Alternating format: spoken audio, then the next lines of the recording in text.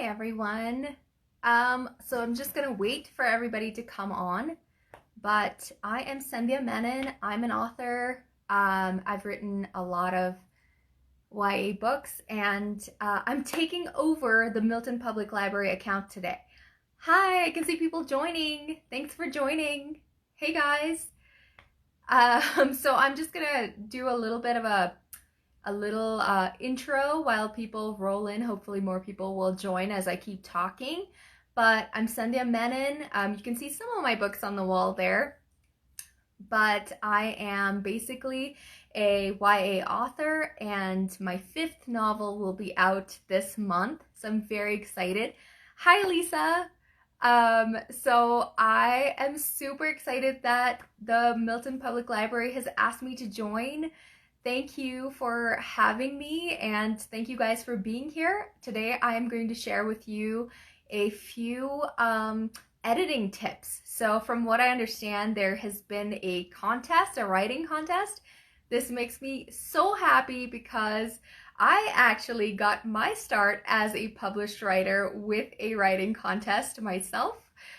This was a long time ago. I was 10 years old, and my short story about an alien got published in like the local magazine, and I was super excited about it. I think that's when I really got bitten by the writing bug, and I was like, people can read your stuff. And I got paid, they paid me a little bit of money, but I also got paid in candy bars, and that was like the highlight of my summer. So I am super excited to be here today and maybe join, maybe just, share some of my editing tips with you guys. So sound off in the comments if any of you here are actually people who are planning to enter this contest. Let me know if you are in this contest, and if so, what kind of story you're working on. I would love to know what genre it is, if it is a genre, a little bit about it. And then maybe I can give you some more targeted tips towards what you're specifically writing. But I also have other random things about editing that are very important that I could talk about. Hi, thanks guys for joining. If you've just joined, I am Sandhya Menon. I am a YA author, and I'm here taking over the Milton Public Library account from my house to give you some tips on editing for the writing contest that the library is running, which is so exciting. So, okay, let's get started. What is my editing process? These questions, some of these questions have come from teens. And what is your editing process? Do you start with a plot, characters, or grammar? Okay, I definitely don't start with grammar because I feel like grammar can take all the joy out of your story. So I like to save that kind of editing where you are kind of talking about like the technique and the technical aspects of writing. I like to save that kind of editing for the very end, once I am done writing the story. So at the beginning, what I like to do is I like to start with piecing my book, because I write books, but you could piece your story into different parts. So for instance, I like to start with characters. And with my stories, there are generally two main characters in the story. And what I do is I will separate the editing process into character arcs.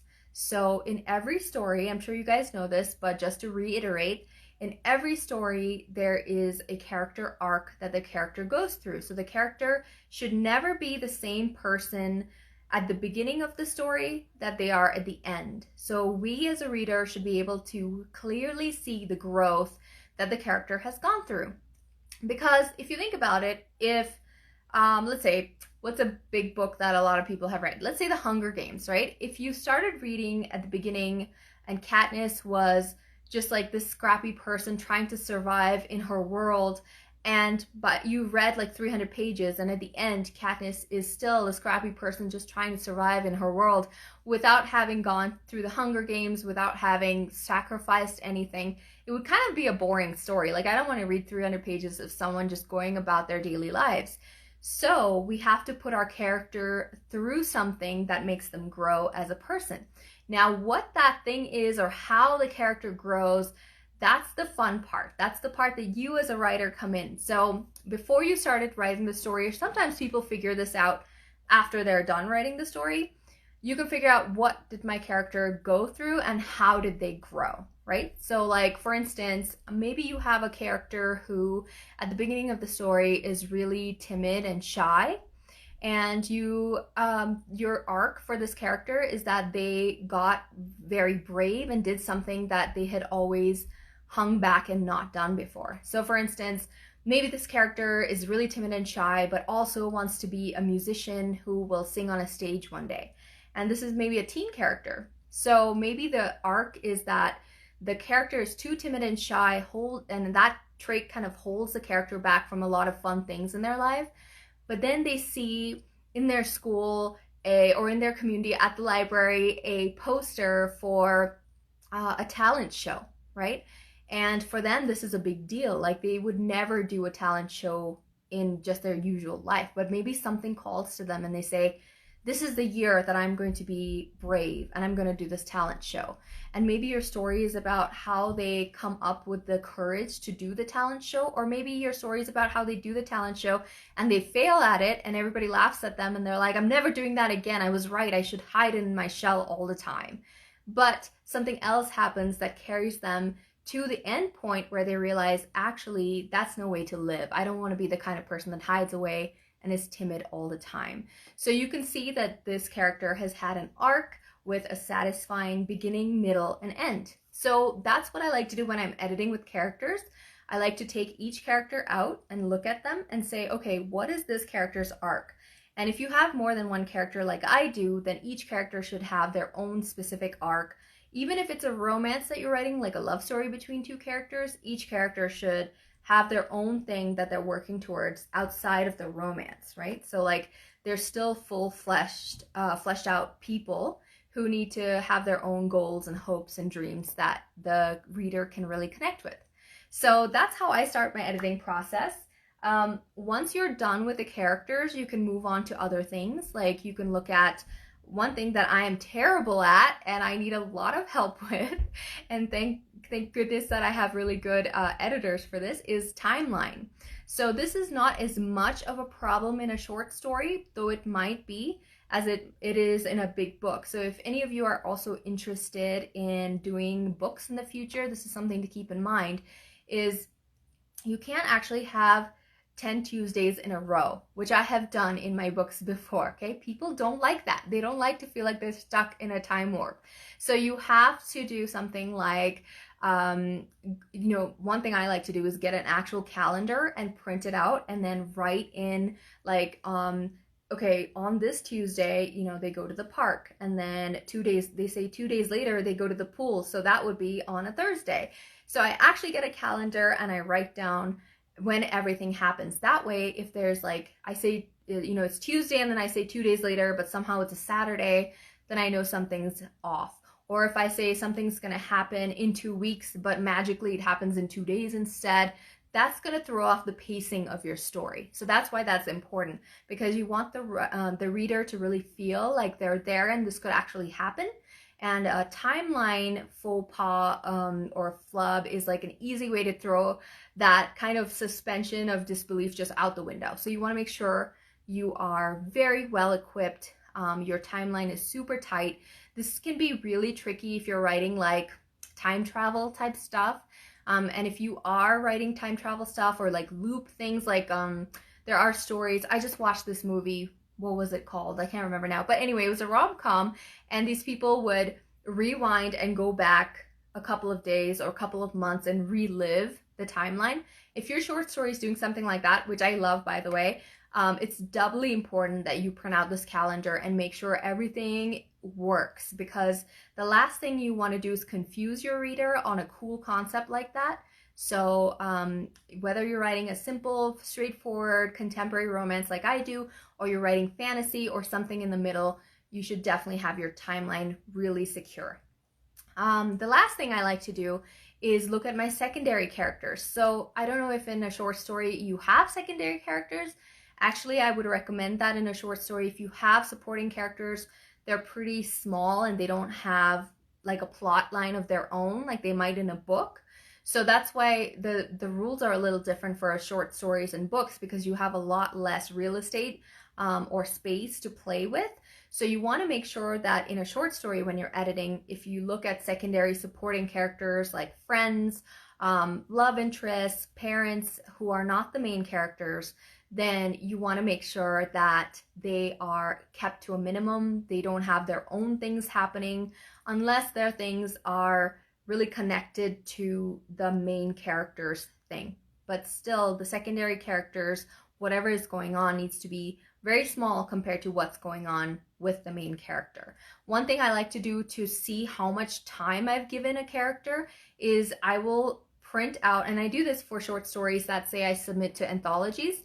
I'll print out my story and then I'll use a different colored highlighter for different characters. So like main character 1 might be blue, main character 2 might be red, and then each secondary character will get their own color. So that way, when you just look at your story at a glance, you can see, oh, this, secondary character who was just supposed to be a side character actually has almost as much highlighting as the first main character. So that can tell you that your story is a little lopsided and that secondary character probably needs to be cut down a little bit, if that makes sense. So that's kind of my editing process in a nutshell.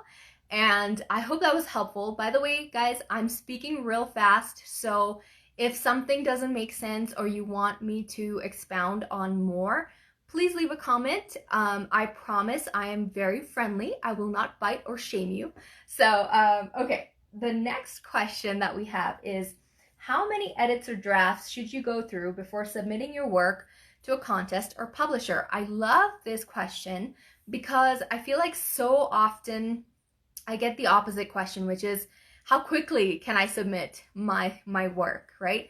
And I think that's understandable. We as writers, we're so excited by our work that we just want to send it out and have everybody else gush over it. So my advice is, I love that you're asking this question because I feel like your head is in the right place.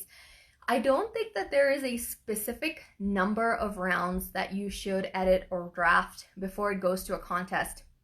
It really just depends. Like, even for me at this stage in my writing career, there are some books that are super clean compared to others. Other books have to be ripped apart and rewritten over and over and over again. So with that being said, I would say for a beginning writer, at least 3 times. And keep in mind, like I said, it'll vary depending on your story. And as you do it more and more, you'll have more of an idea of how clean is this. And actually, I'm going to tie this in with another question I got, which is it a good idea to let someone else read your work before submitting it? Definitely. Not only is it a good idea, I think like you definitely should be doing that, because let's face it, as creators, we are not very objective when it comes to our work, right? Like, we can't objectively see the flaws within it. Sometimes we can't see the good stuff within it either, because you just have been staring at the same story and fiddling with it and working with it for so long that everything just kind of blurs together and it all feels the same.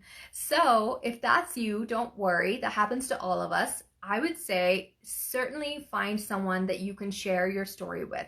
So for you guys, I'm not sure if the library, and if there's someone from the library still on, maybe you could chime off in the comments, but maybe the library has someone you could reach out to ask if they would give you feedback on your story. Or I know you guys are home probably from school, but if you have a really great English teacher that you connected with at school, you can have them read it. I try to stay away from parents, because parents tend to be super supportive and they love everything that you write and they don't want to hurt your feelings. So they might not be super objective unless you have parents who are like, they give it to you straight, and then that's great. But generally, I like to keep a little bit of distance between myself and who I'm asking to read. So, if you have, see someone laughing there. So if you have, like a friend who is a big reader, and especially they like to read the kind of story you've written, you can give it to them, but say like, I really want feedback because this is for a contest. I want it to be really good. I have a lot of competition, so please give it to me straight, and see what they say. Tell them, maybe even be specific. Like, I'm worried that these characters are not fully fleshed out enough, or I'm worried that the conflict in the story isn't super strong, right? So those are things that you can ask them, give specific feedback about, or specific things for them to look out for, rather than what do you think most of the time you're going to get, it's great, right? And that's great for our egos, but it might not be really concrete and constructive that you can use. So maybe asking them for specific things to look out for would be useful. Okay, so the other one was, oh yeah, and also I was gonna say, if you like, don't just go to one person. I'm trying to think how to say this. Sometimes you will get feedback that you just completely disagree with, right? And as the creator, as someone who is basically the one who created the story, who is in charge of the universe, if you will, you are absolutely the last person in line. You can say yes or no. You're the final authority on what goes and what doesn't. So sometimes if you get feedback like, this main character is annoying me, that's something that I used to get a lot when I first started writing, is because I hadn't quite figured out voice yet. But I would get like, this main character is annoying me. And that's really personal feedback to get that might kind of not feel great. And so firstly, my advice would be take a breath, step back, and then come back to it and read it. And then you can ask, what do you mean exactly by annoying you? Like, is it that they're whiny? Is it that they are too entitled? Are they too selfish? Are they not seeing, something that's pretty obvious to the reader? Ask them for specific feedback, then sit with it, think about it, see if you agree with it. If you don't agree with it, it's helpful to have another kind of tiebreaker, right? So like for me, my rule is, if two early readers have read my book and they have the same exact feedback about the same exact thing, then I will change it, because that means two different people who are not talking to each other have felt the same thing about my book, which means readers at large will likely feel that. And in your case, the judges will likely feel that. So that's kind of my quick and dirty tip there for that. So the next question is, when you have a contest with a word limit, how should you go about editing down the story so that it fits but still makes sense? This is a great question. This person is likely a overwriter, and I see the question in the comment, which I will get to next. This person is likely an overwriter. So generally, writers fall into two categories. Not always, but generally. Overwriters tend to write way too much and have to like pare back. And then underwriters are like me, who write a little too little and then have to add in stuff later. So you probably already know which one you are if you've been writing for a while, or just playing around with short stories and stuff. So this person is generally, I think, probably an overwriter. And I would say, if you're an overwriter, don't worry about fitting the story down to the word count. Like, don't edit for that at first, if that makes sense. So the first thing to do is to just edit the story for those other things I talked about at the beginning of this video. Character arcs, side characters, those kinds of things, right? You want to make sure your tension is up there. That's another one that's important. That's a little more nebulous, and that's where other readers will come in. But basically, the thing that happens that makes your character go on their little journey, is that compelling? Does that keep people reading? So for overwriters, the question will be about tension. You will probably see that your tension is not as tight as it needs to be, which is why your story is kind of flabby, right? So there's a little too much going on. It might be a little unfocused. So the first thing I would do is, once you set your story aside, hopefully you've given yourself enough time to edit. So you'll set your story aside. I like to just like put it away, not even look at it. For me, my deadlines tend to be months long, so I can do that for like a week or two. But for you, I would say at least 2 days, set it aside without looking at it, without tinkering with it, opening the document, anything like that. After 2 days, go back and kind of read it again with fresh eyes and see what you feel. What's your gut tell you? Are there places where you kind of glaze over and you start reading faster to get to the good stuff? Make a note if that's happening. That means that you probably have too much information dumped in the story, and it's not tight enough to keep you going. So if that happens, make a note. I like to put brackets around it, because even though I am technically an underwriter. Now that I've been writing a while, sometimes I can go into overwriter territory. So what I do is I just put brackets around the places that I feel like my eyes are glazing over. And then when you go back to those will be very easy to just like cut out for yourself. So the other thing that you can do is, instead of worrying about word count, send it to people to read and then see what they say. Like, did they say, oh, that whole, side thing you had about the person going off on a road trip to find their dad or whatever, that was kind of boring.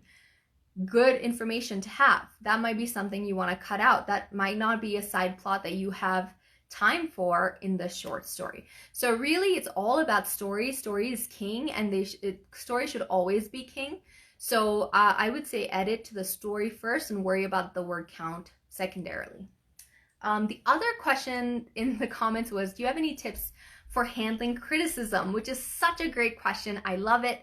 As writers, we have a lot of problems with criticism a lot of times. And the problem is because, like I said, we are very close to our story, right? We wrote this. The writing is a process of bearing your soul and having other people basically comment and give you feedback on pieces of your soul. And that can be really hard. I'm not gonna lie, like even as a professional writer, that's hard. So if you go into it thinking that criticism is there to help you, that can be a big mind shift. So for me, I think about when I get edits from my editor, I think, okay, this is there so I can become a better craft person. I was thinking craftsman, but I'm not a man, so craftsperson, I think. But I want to get better at what I'm doing, right? What I'm working towards. And hopefully you do too. That's probably why you're here watching this editing video. But yeah, so I think of it as something to help me. It's a tool to keep in my belt to pull out. Again, like I said, you're the final authority. This is your story. So if someone says something way off the wall that you just don't agree with on a gut level, even after you've let it sit for a day or two, then toss it out. Everybody has an opinion, right? But if you feel like there might be a seed of truth to what they're saying, a kernel of truth to what they're saying, then stick with it and think about the fact that everybody gets criticism. I get so many edits that it takes me months to edit my books. So it's not you, it's not a comment about you as a person. It's just the fact that everybody needs help on the story that they've written, and you're no different than that. So it's kind of a mindset shift, if that makes sense. It's like the way that you have to approach it is differently than if you were just writing for fun, right? Like you just write for fun and just give it to your friends and okay, but this is different. This is a contest, it's competitive. You want to get better, you want to be a writer. So it's very helpful to kind of get in that mind space of like, rejection is a part of an artist's life. It doesn't matter what kind of artist you are. If you're a creative person, rejection and criticism are just part and parcel of what you have to go through to grow. So we're running out of time, but we still have a couple of questions, so I'm going to try to get through them really quick. What is your writing process? Do you write from end to beginning or write the parts that come to your mind first? And how do you edit to make things flow? Okay, so my writing process is that I'm a very linear writer, and so I write beginning, middle, and end. I can't write the other way, where people kind of write backwards. Sometimes they just write the scenes that really are exciting to them. And I've tried to do that before. And I find that I just kind of lose my enthusiasm when I do that because I think my brain doesn't work that way. So my first just like caveat there is just because I do it that way doesn't mean that's what you should do. That's just what works for me. If you find like every time I write the story from the back to the front, from the end to the beginning, that's what really fires me up. Or if I write my favorite scenes first, that's what I love, then definitely do that. Don't mess with what's working. And what is the other part? How do you edit to make things flow? I kind of talked about my editorial process at the beginning, but for flow, that is a very end process for me. So I'll work on those things that I talked about first.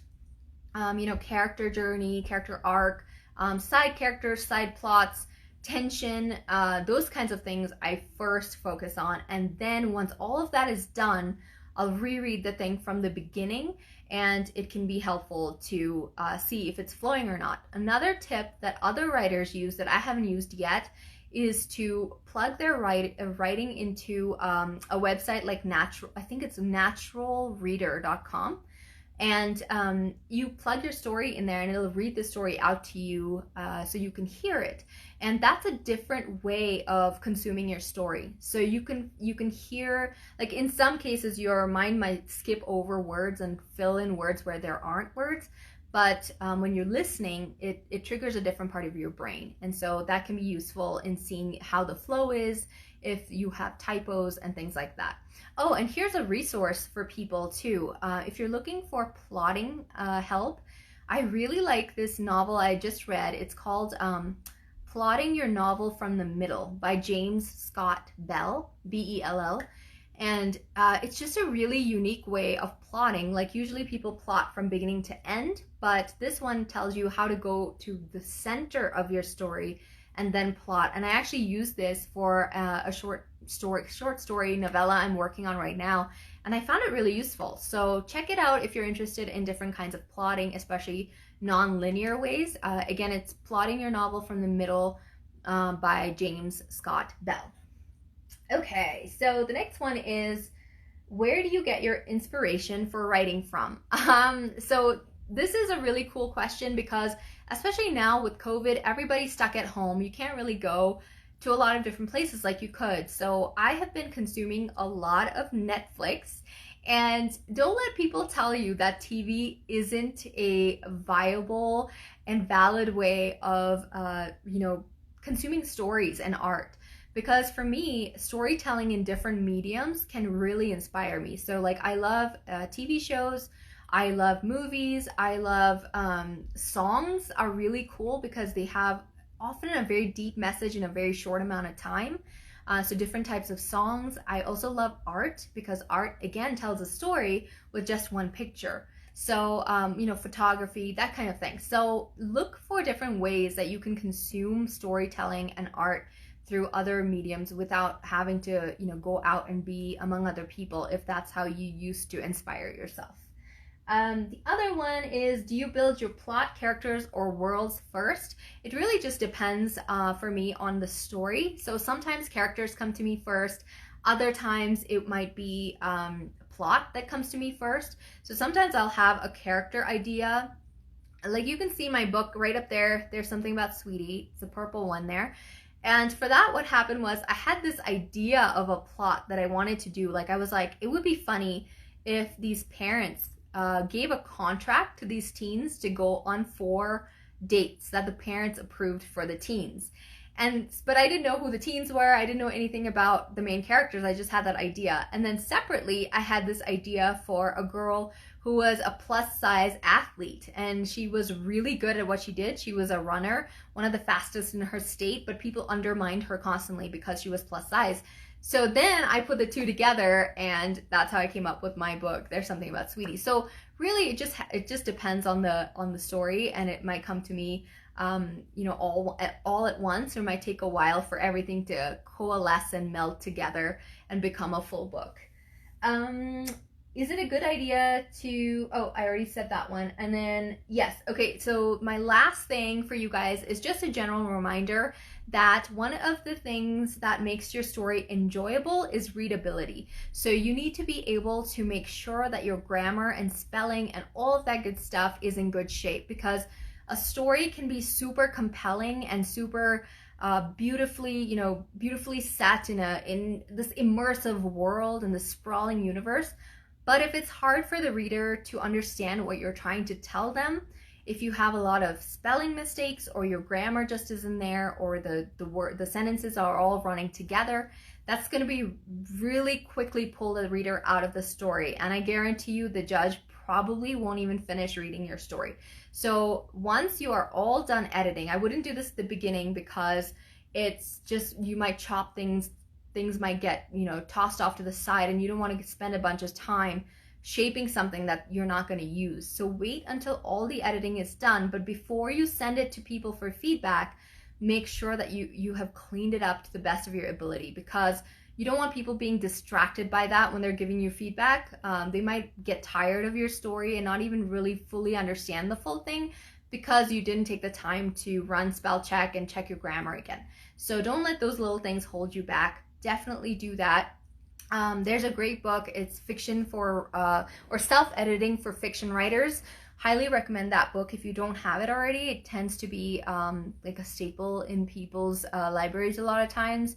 There's also Strunk and White's Elements of Style. Both of those books are very helpful in just getting that base, you know, kind of editing process down for the nitty-gritty grammar and things like that. So that's all I have for you guys today. I hope this was helpful. I'm going to save this video to IGTV so that you guys can come back and watch it whenever you want. But yeah, thank you to Milton Public Library for having me, and to you guys for your attention. And I hope you had a good time and this was valuable for you. And I will talk to you guys soon. Bye. Thank you.